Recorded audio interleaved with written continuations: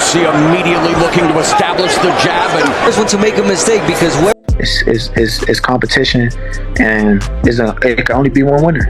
It can't be two winners. It can only be one winner. So it's either gonna be you or me, and I'm gonna get you before you get me. Gervonta Tank Davis is set to step into the ring this Saturday night to face Lamont Roach Jr., but the buzz surrounding the fight isn't just about what will happen inside the ropes. There's an undercurrent of tension behind the scenes, and it's coming from none other than Tank's longtime trainer, Calvin Ford. Ford, who has been with Davis for years, has been acting unusually quiet and mysterious about this upcoming fight. Some insiders are even suggesting that Davis might not be as ready as everyone thinks. He tweeted during your fight, LOL. Just your thoughts on that, and do you have a message for him? Honestly, he got to fight next week, right? So it seemed like he focused on me, and Lamont Roach is focused on him. I think I'm going to go put my bet in on Lamont Roach. paid dearly. and there's that hand speed as Garcia just over Lamont Roach Jr. may be coming into the fight as the underdog, but he's not just talking big. He truly believes he can break down Gervonta Tank Davis and take his title. Roach has made it clear that he's ready to see how Davis reacts when he lands a solid punch, especially a clean one. His confidence is evident, and this isn't the kind of talk you hear from just any opponent. Roach feels he has what it takes to challenge Tank's durability. Considering Davis's track record of walking through his opponents, this could be his toughest test in a while. Fight, you know what I'm saying? Because Roach he come to fight, and I think it's a great fight. Everybody talking all that stuff about, oh, why Roach? Because he signed, took the fight, you know what I'm saying? And it's good for the community. The real drama, though, is unfolding in Gervonta Davis's corner. A few months ago, Tank himself raised doubts about his training situation. He posted, "I don't know if I'm training with you for Lamont Roach." And it was clear that the post wasn't aimed at just anyone. It was directed at his longtime trainer, Calvin Ford. When a fighter starts questioning his own team before a big fight, it naturally raises concerns. Since then, Ford has kept his comments vague. He shared a cryptic message saying that people often fail to understand his struggles, his beliefs, and his emotions about certain things. But he understands them himself. That post left many wondering what exactly it meant, making it seem like Ford might be dealing with something significant behind the scene.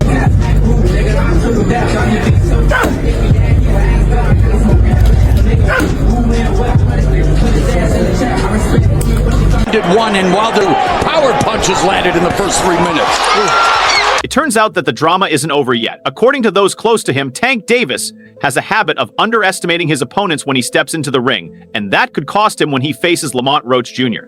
Meanwhile, Roach is seeing this as his moment. He's well aware of all the rumors surrounding Davis's camp, but he's staying focused on the fight. Roach has adopted the mindset that he has nothing to lose, and sometimes that makes an opponent more dangerous, especially against someone like Davis. When Roach says, "I know I have everything to match what he has or neutralize what he has," you can't help but wonder if he's seeing something the rest of us might be missing. Let's not forget the pressure on Davis.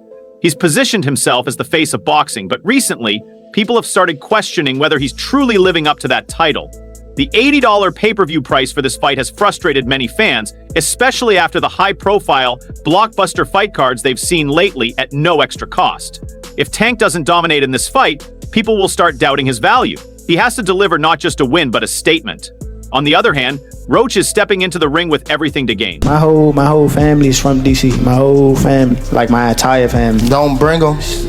Don't bring them. For what? Don't bring them. I'm telling you. They gonna celebrate with me. Yeah, don't bring them. It's gonna be a party on your floor. I'm gonna let y'all know something. His father was up here shaking on the what's the name? He was shaking on the pops. On my kid. Power punches, and he's doing it there.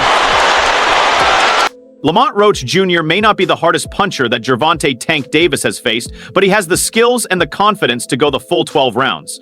Roach pointed out that when Davis fought Isaac Pitbull Cruz, Tank had to rely mostly on his right hand after injuring his left. Roach sees that as a potential opening. He believes that if Tank's power is slowed down, it can be neutralized. But the real question is, can Roach handle Tank? Davis has been knocking out his last 4 opponents with ease, and his explosive style, combined with pinpoint accuracy, makes him one of the most dangerous fighters in boxing. Roach isn't blind to Davis's strengths, but he feels confident in his own approach. He believes in his reflexes, his boxing IQ, and his ability to land clean shots. Roach admitted that it's not just about what he's capable of, but also about what he knows he can do. That's a bold statement against a fighter like Tank, but it shows that Roach isn't intimidated. The big question is whether Tank will bring his A game or if the distractions outside the ring will affect him. Fighters at the top level can't afford mental lapses. and all the noise surrounding Davis's camp might be the crack Roach needs to exploit. Roach's confidence is something you don't often see from fighters facing Tank. Most opponents acknowledge his power, but try to downplay it, hoping to avoid sounding scared. Roach, however, is saying loud and clear that he isn't worried at all. Amateurs, and it was a good bump. You know what I mean? I'm not saying this to promote a fight. Like, Buddy can fight. He can hit. The only thing he's just a little slow. Like, that's okay.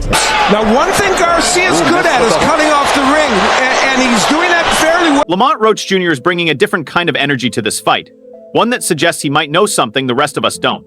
He's been sparring with bigger guys, taking punches from middleweights and junior middleweights, and he believes that experience will be enough to prepare him for Gervonta "Tank" Davis's power. However, the truth is, no amount of sparring can fully prepare a fighter for what it feels like to take a clean shot from someone like Tank. Just ask the long list of opponents who thought they had a solid game plan, only to end up flat on the canvas. Roach says he won't panic, but that's exactly what happens to most fighters once they start feeling the full force of Davis's punches. You can't even see who it is.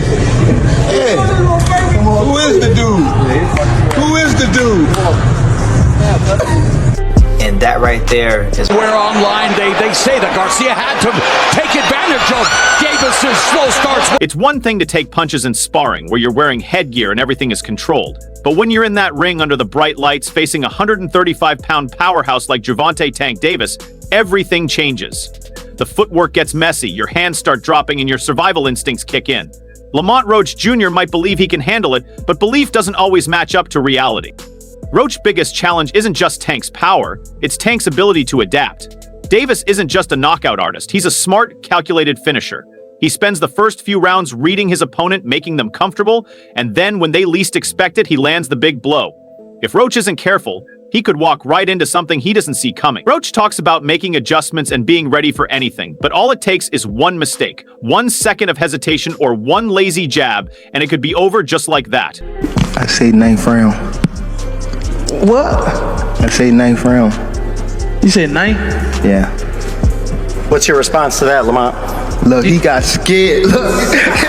He looked at 9. I'm telling him, you saying you going down in a 9? Ryan Garcia for this one thing they were worried about in the Garcia camp. Another challenge for Lamont Roach Jr. is that even if he makes it to the final bell, he might not win. Boxing isn't just about landing punches, it's about how those punches look. If both fighters land the same number of shots, the judges will usually favor the fighter whose punches are causing more damage. Gervonta "Tank" Davis's punches have a noticeable impact. Even when his opponents are blocking them, you can still see the force behind them. Roach could outwork Tank in some rounds, but if Davis lands harder, more dramatic shots, that's what the judges are likely to remember.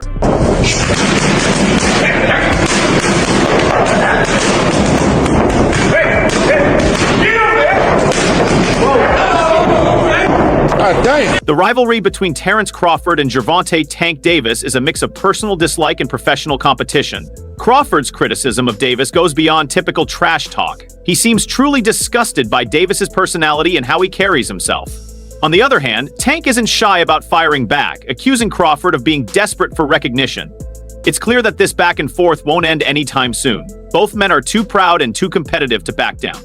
While Davis is fully focused on his upcoming title defense, it's likely he's keeping an eye on Crawford's comments. Even with the big fight against Canelo Alvarez on the horizon, Crawford doesn't seem interested in letting this rivalry die down. Has there been any talks with Tank's team? They reached out, but we told them to come back with an offer. And as far as that, we ain't hear nothing since then. Me and him fighting each other, we'll seal the deal on the kings of that division. He just ducked underneath that left hook, but got caught. Whether Gervonta "Tank" Davis and Terence Crawford will ever cross paths in person again is still uncertain, but one thing is clear, their rivalry has already stirred up a lot of drama, and the boxing world will be watching closely to see what happens next. It's interesting, though, that Tank Davis accused Terence Crawford of chasing money with the Canelo Alvarez fight, especially since Davis himself is eyeing a big payday in Saudi Arabia to fight Devin Haney. Tank's recent comments about fighting in Saudi Arabia make it obvious that he's not just focused on boxing. He's after luxury and status. As he put it, he's eyeing 2, 3, or 4 Ferraris. While Crawford's fight with Canelo in Riyadh is seen as a chance to build his legacy, Davis's approach seems more like a negotiation for his own extravagant shopping spree. Davis's willingness to work with Saudi businessman Turki Al-Sheikh, the man behind bringing major fights to Saudi Arabia, has already sparked controversy. During an appearance on the Safe Place podcast, Tank made his demands clear. If he's going to step into the ring against Devin Haney in Saudi Arabia, the price has to be sky high. They said I would fight Devin, and then they said Devin was their chosen one, Davis explained. So now they have to pay me extra because I already know what I'm going for. His message was loud and clear. If Haney is being pushed as the favored fighter in Saudi boxing, Tank isn't stepping into the ring without securing a hefty payout. I want to see, obviously, you and Tank, and that's something that I feel like has built up for years. Yeah, I mean, the fight has been built up for years, and at the end of the day, if he want the fight, he could have the fight because he's the WB fake champion. He's not the, he has the Mickey Mouse belt. So Davis drops Ryan Garcia for this one thing they were worried about in the Garcia camp. Gervonta Tank Davis's comments also revealed his distrust of how boxing decisions are made when big money and big names are involved. He practically accused the Saudi organizers of stacking the deck in Devin Haney's favor, saying, if I don't knock him out, you're going to give the fight to him. This wasn't just a dig at Haney, it was a swipe at the entire system. It's rare to hear a fighter speak so openly about concerns over biased judging, especially when there's a massive payday at stake. What makes this even more interesting is how Tank's views have shifted. Not long ago, he seemed uninterested in joining the trend of fighters cashing in on the Saudi boxing boom. Somebody asked Lomachenko. Right. Turkey said he got your 2 Ferraris ready. What you think about that? Oh, Turkey said he got your 2 Ferraris ready. I need 3 now. Tank Davis is making headlines for his change in attitude and approach, which has been almost humorous. One minute he's criticizing Terence Crawford's decision to fight in Riyadh, and the next he's talking about his demands for luxury cars and positioning himself for a trip to the desert. This shift in tone reflects how the big money being invested into boxing is grabbing the attention of top fighters. Saudi Arabia's strategy of pouring huge sums into the sport has already attracted some of boxing's biggest names. Tyson Fury and Alexander Usyk's 2-fight series earned them record-breaking paydays, and Canelo Alvarez's deal is said to be so lucrative, it's enough to make any boxer rethink their future. Tank Davis clearly sees the opportunity to make big money, but he's presenting it as more about earning respect than simply chasing after cash. However, the line between gaining respect and cashing in is starting to blur in his case. The mention of Devin Haney's name just adds more drama to the situation, further fueling the fire. If not, y'all gonna give it to him. So that's what made me like, oh yeah, I see what's going on. So now, give me 2 or 4 or 3 Ferraris. If not, ain't no point in me going over there for. Y'all got the money. Right uppercut from Garcia. Let's see if Garcia, what he does with his right hand and why that left hand is there. For years, fans and analysts have been eagerly waiting for the showdown between Devin Haney and Tank Davis. They've been circling each other, and it seems like the fight is inevitable. But Tank's recent comments suggest that the bout wouldn't just be about him facing Haney. It would be him taking on the whole Saudi boxing system. His criticisms of how fights are managed in Saudi Arabia seem to be both a negotiation strategy and a warning. Tank wants everyone to know that if this fight happens, he's fully aware of the challenges and will be stepping into what he considers hostile territory, ready for whatever comes his way. Turki Al-Sheikh mapped out Shakur's next 3 fights, and the third one is Gervonta Davis. He must be sending not the 3 Ferraris that your boy wanted. He probably gonna send him a couple Ferrari mechanics so they can build him his own Ferrari factory. He was being sarcastic, like he said, because Turkey was already with Devin. He was making it seem like he was fucking. 2 shots, but Gervonta Davis came in with that beautiful overhand left. Even with all the tough talk and posturing, Tank Davis did throw a small compliment towards Saudi Arabia's investment in boxing. He admitted he's thankful for the money they've put into the sport. However, that praise came with a catch. Tank pointed out that organizers need to be smarter and have a better understanding of the sport so that the fights are fair. This kind of statement is sure to stir up even more controversy in a sport where money often plays a huge role in determining outcome. Tank is essentially calling for more transparency, all while demanding enough money to buy out a Ferrari dealership. I definitely don't want to be someone like Devin, talk all that trash and then overlook my opponent and then get knocked out. Tank, Martin was really confident in this press conference today that not only is he going to secure a win, but that he's going to get a knockout. How much of that do you think is false confidence? Then there's the question of whether Tank Davis truly believes Devin Haney is the favorite in the eyes of Saudi organizers. By calling Haney their chosen one, Davis might be setting himself up to discredit any possible loss before the fight even happens. This is a common tactic in boxing, undermining the support system behind your opponent so that, whether you win or lose, you still come out looking like the hero. However, it's a risky move. If Davis does end up fighting Haney in Saudi Arabia and fails to land the knockout he's predicting, his words could come back to bite him. Boxing has always been full of drama, but Tank's recent comments take things to a whole new level. He's not just negotiating for a fight, he's shaping the story he wants the world to see. And I'm still I'm being real. So hold on. Yeah. When you look at like Devin Haney's situation when he went to go sue Ryan Garcia, like is that do you Yeah, bitch. Okay, cool. So okay. Do not force something that is not there. So quick with that lead left hand. Terrence Crawford didn't hold back when he discussed Tank Davis's chances against Shakur Stevenson or Devin Haney. He boldly stated that Tank would likely suffer his first loss if he faced either of them. This is a bold statement, especially considering Tank's undefeated record and reputation for knockout power. But Crawford isn't just talking for the sake of it. He's been in the ring himself and knows what it takes. He's witnessed fighters like Haney break down tough opponents firsthand. Crawford believes that Tank's knockout power won't be enough to overcome the mental toughness and strategy of fighters like Shakur and Haney. I'm gonna fight Tank. Stop mentioning other people when I mention your fight. The f you talking about, boy? Like, don't play with me, bro. Y'all know how I'm coming. Tank, if you wanna fight, send me a contract, bro. Tank, you know. Devin Haney was just as confident as ever when talking about a potential fight with Tank Davis, even comparing it to the brutal beating Terrence Crawford handed to Errol Spence Jr. last year. That's not just a show of confidence, it's practically a declaration of war. Haney sees himself as the smarter and sharper fighter both inside and outside the ring. He claims that Tank relies solely on his one-punch knockout power. Haney is convinced that he's already a better fighter than what the world has seen from him so far. This kind of bold talk puts serious pressure on Tank to prove Haney wrong. Is Keyshawn the one that can crack their Gervonta code? Gervonta can be beat easily, man. Oh, yeah, we hear you say he could be beat easily. Why? Yeah, he could be beat easily because he's just a basic type of dude with a lot of power. If you know boxing like I know boxing, you can take away that power from you and shit. You know what I'm saying, young fella? We took by Garcia. Drama already in Sin City after a slow. Then there's Shakur Stevenson, who's been calling out Tank Davis for what feels like forever. He's clearly frustrated, and the way he speaks makes it obvious that he doesn't believe Tank has any real intention of stepping into the ring with him. Shakur doesn't hold back, calling Tank a weird human being and saying he doesn't respect him. If that's not enough to set up a future showdown, what is? Shakur also pointed out that Saudi Arabia could easily fund this fight, basically daring Tank to take the deal. The ball is now in Tank's court, and Shakur knows it.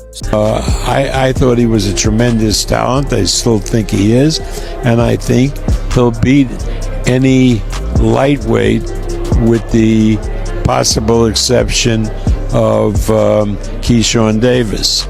That's a fight we probably will never see, huh? That's neither guy wants a. Tank Davis's next challenge is Lamont Roach on March 1st in Brooklyn. Everyone will be watching closely to see how Tank performs, as this fight could set the stage for what's to come next in his career. If Tank dominates Roach, the pressure will be on for him to finally face one of the division's champions. And let's not forget, Vasyl Lomachenko is back in the picture.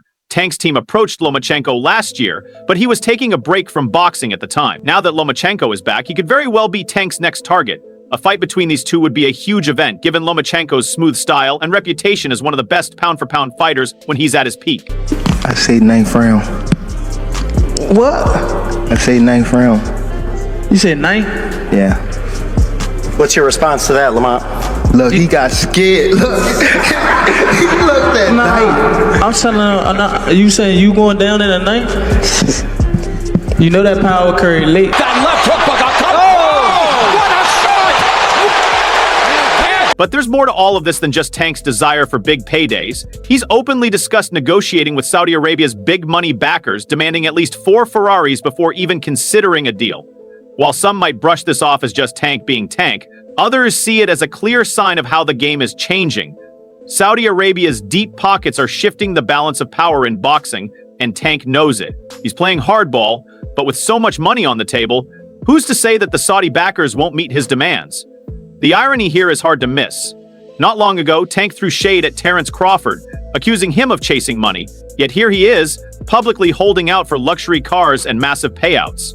It's a classic case of the pot calling the kettle black. That age, I think he was like 17. I wasn't that much older than him. I think we probably like 3 years older, apart. But I feel as though he slowed down. All that partying and drinking and stuff slowed him. The key difference here is that Terrence Crawford has already proven himself at the highest level by defeating Errol Spence to become the undisputed welterweight champion. Tank Davis, despite all his knockouts and pay-per-view fame, hasn't yet unified the lightweight division. Fans are starting to expect more than just flashy knockouts and quick finishes. They want legacy-defining fights. Keon Davis's comments about Tank's opponents have also struck a nerve. He pointed out that Tank has been fighting guys who aren't mentally strong enough to last the full 12 rounds with him. It's a harsh criticism, and whether it's fair or not, it's likely to stick until Tank proves otherwise. Facing fighters like Shakur Stevenson, Devin Haney, or even Vasyl Lomachenko would silence a lot of the doubters. These fighters have elite skills, ring intelligence, and the mental toughness to handle whatever Tank throws their way. Shakur Stevenson's frustration is understandable. He's one of boxing's brightest young stars and has been calling out Tank for years with no response. He's made it clear that he doesn't have the financial power to send Tank an offer, but Saudi Arabia does. By placing the responsibility on Tank to accept a fight in Saudi Arabia, Shakur is forcing Tank to make a choice. Either step up or keep avoiding him.